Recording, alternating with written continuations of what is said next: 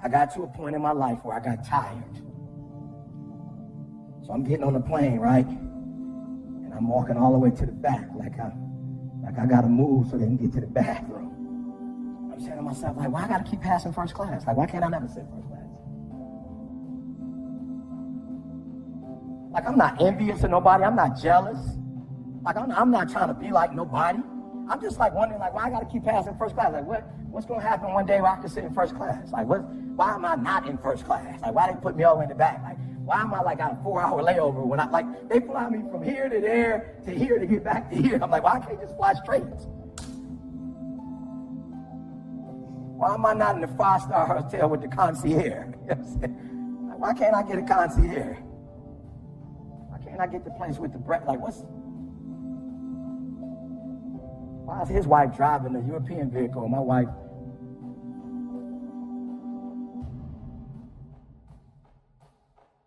I got tired. I said, one day I'm gonna fly first class. Let me tell y'all something. I ain't even like into that like y'all think, right? But I just love when my whole family, we all sitting in first class. And where I come from, we don't fly first class. Now my whole family flying first. They like, which, Mr. Thomas, this is the premiere. You might be in the net. I'm like, no, we in this section right here. I'm not like caught up into that kind of stuff. I'm grateful that my wife can finally sit in first class and get a meal. My children are in first class and this is not a standard. I'm grateful that my son is going to college and he doesn't have to take out a loan. I got tired. I got tired of being like giving 70 and 80% and not living the way I wanted to live. And this guy got tired. He started crying. He like, yo, Shaq is winning. I see the Spurs winning. I see Chauncey Billups with his new team. I see other people winning and I'm not winning. And I want to be a winner. And I'm tired. And I got tired, y'all. So I did something about it. I woke up every day and started grinding. I was tired. I was tired looking at my wife. My wife was looking at homes. She looked at a home that was like $50 million. Like, what you looking at a $50 million house for? She like, goals. I'm like, what kind of goals? She's like, you're going to have to work a little harder.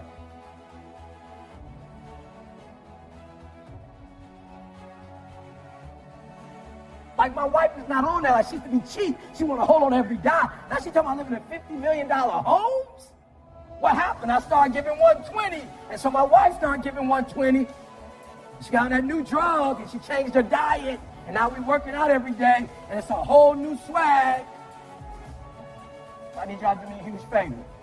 I need you to get tired. You in this room. You feeling me like, yo, me for real. I'm doing the 70. I know I got 120 in me. I'm doing the 80 as a real estate. Like, for real, you in real estate, right? And you looking at other people like, why they getting those checks? And like, you think they're human, just like, for real. Do you know what bothered me the most? Is that there were humans that was doing this. For real, that's what bothered me the most. What bothered me the most was like, yo, I'm walking past first class. It wasn't robots in first class. There were other humans in first class. I'm like, they human beings in first class like me.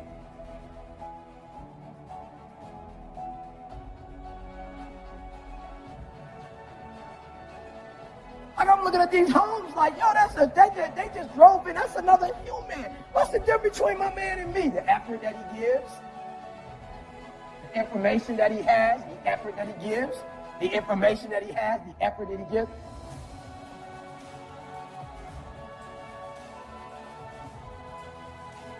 Now, and what I discovered, I'm going to get off of this, but what I discovered was that you don't have to be born in a certain neighborhood. You don't have to be born in a certain family. You don't have to have a certain socioeconomic status. It only takes one thing to get what you see other people have that you want, and it's called effort.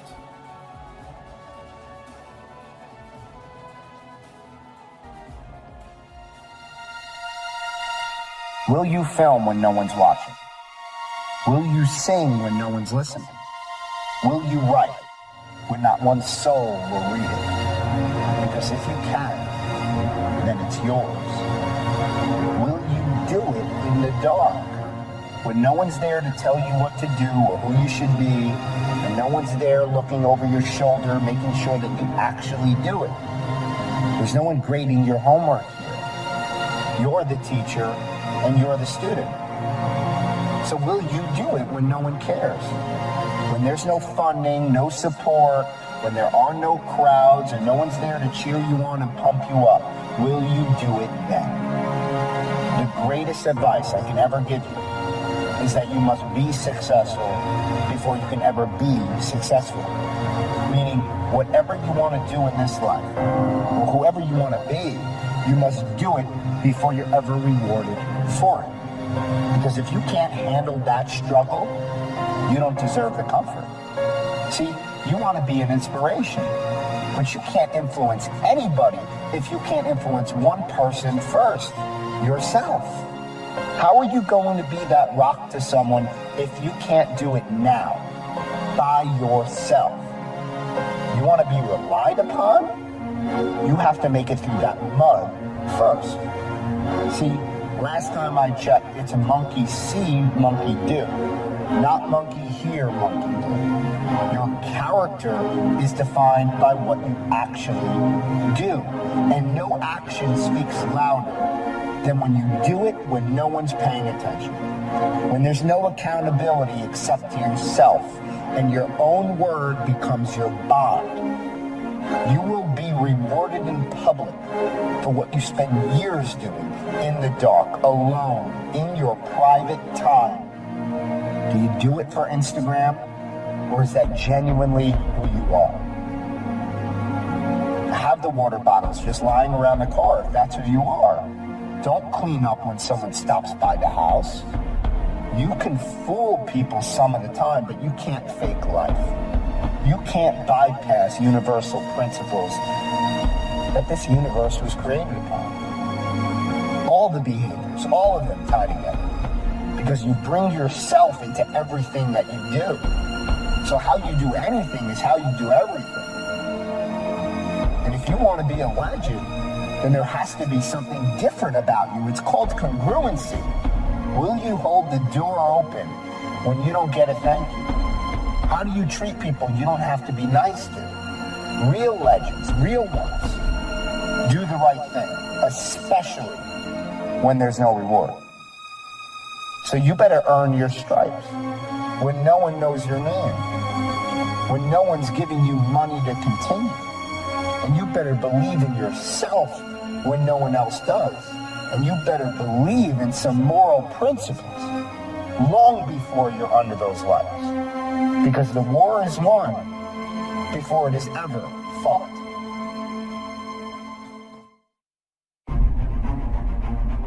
Average people, they just cope through life as if it's something to get through.